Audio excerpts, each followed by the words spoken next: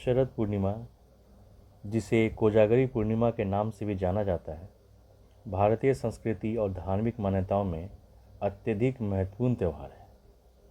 यह दिन शरद ऋतु की पूर्णिमा को मनाया जाता है और इस दिन को विशेष रूप से देवी लक्ष्मी और भगवान कृष्ण की पूजा अर्चना के लिए पवित्र माना जाता है।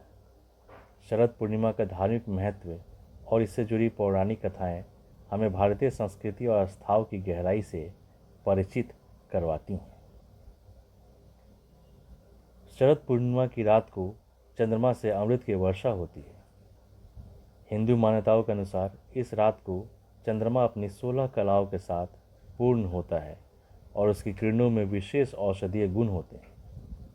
कहा जाता है कि इस रात चंद्रमा की किरणों में शरीर और मन को शीतलता और ऊर्जा प्रदान करने के लिए शक्ति होती है।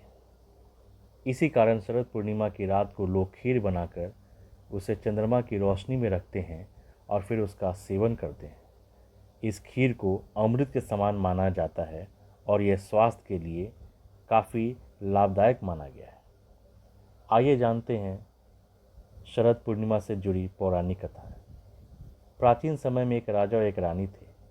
राजा ने अपने जीवन में कई तरह की कठिनाइयों का सामना किया और उसकी आर्थिक स्थिति बहुत ही खराब हो गई। राजा और उसकी पत्नी देवी लक्ष्मी के प्रति काफ़ी श्रद्धा भाव रखते थे, इसलिए उन्होंने शरद पूर्णिमा की रात को कोजागर व्रत करने का निश्चय किया। इस व्रत का उद्देश्य देवी लक्ष्मी को प्रसन्न करना था। शरद पूर्णिमा की रात को देवी लक्ष्मी धरती पर आती हैं और जो भी जागरण करके उनकी पूजा करता है उसे धन धान्य और वैभव से नवाजती हैं। राजा और रानी ने पूरी रात जगकर देवी लक्ष्मी की आराधना की और परिणाम स्वरूप देवी लक्ष्मी ने प्रसन्न होकर उन्हें अपार धन और समृद्धि का आशीर्वाद दिया। शरद पूर्णिमा से जुड़ी एक और कथा है। एक साहूकार था। उस साहूकार के 2 सुंदर पुत्रियां थीं। माँ लक्ष्मी और श्री हरि की कृपा को प्राप्त करने के लिए साहूकार के दोनों बेटियां हर पूर्णिमा को व्रत किया करती थी।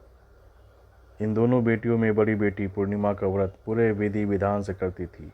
वहीं छोटी बेटी व्रत तो करती थी लेकिन नियमों को ठीक से पालन नहीं करती थी। विवाह योग्य होने पर साहूकार ने अपने दोनों बेटियों का विवाह कर दिया। बड़ी बेटी के घर समय पर स्वस्थ संतान पैदा हुई। संतान तो छोटी बेटी के यहाँ भी पैदा हुई, लेकिन पैदा होते ही दम तोड़ देती थी। 2-3 बार ऐसा ही हुआ।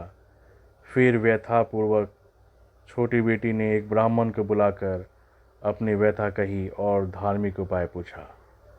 उसकी सारी बात सुनकर ब्राह्मण ने कहा कि तुमने पूर्णिमा का अधूरा व्रत किया है और ऐसा एक बार नहीं बार बार किया है। इसी कारण तुम्हारा व्रत फलित नहीं होता और तुम्हें अधूरे व्रत का दोष लगता है। ब्राह्मण की बात सुनकर छोटी बेटी ने पूर्णिमा व्रत पूरे विधि विधान से करने का निर्णय लिया, लेकिन पूर्णिमा आने से पहले ही उसने एक बेटे को जन्म दिया। जन्म लेते ही बेटे की मृत्यु हो गई। इस पर उसने अपने बेटे के शव को एक पीढ़े पर रख दिया और ऊपर से कपड़ा इस तरह ढक दिया कि किसी को पता ही ना चल सके। फिर उसने अपनी बड़ी बहन को बुलाया और बैठने के लिए वही पीढ़ा दे दिया। जैसे ही बड़ी बहन उस पीढ़े पर बैठने लगी, उसके लहंगे की किनारी बच्चे को छू गई और वह जीवित होकर तुरंत रोने लगा। इस पर बड़ी बहन पहले तो डर गई और फिर छोटी बहन पर क्रोधित होकर उसे डांटने लगी कि क्या तुम मुझ पर बच्चे की हत्या का दोष और कलंक लगाना चाहती हो? मेरे बैठने से ये बच्चा मर जाता तो? इस पर छोटी बहन ने बड़ी विनम्रता से उत्तर दिया, यह बच्चा मरा हुआ तो पहले से ही था। दीदी, तुम्हारे तप और स्पर्श के कारण यह जीवित हो गया है। पूर्णिमा के दिन जो तुम व्रत और तप करती हो, उसके कारण तुम दिव्य तेज से परिपूर्ण और पवित्र हो चुकी हो। अब मैं भी तुम्हारी तरह व्रत और पूजन करूंगी। इसके बाद उसने पूर्णिमा व्रत विधि पूर्वक किया और इस व्रत के महत्व और फल का पूरे नगर में प्रचार किया।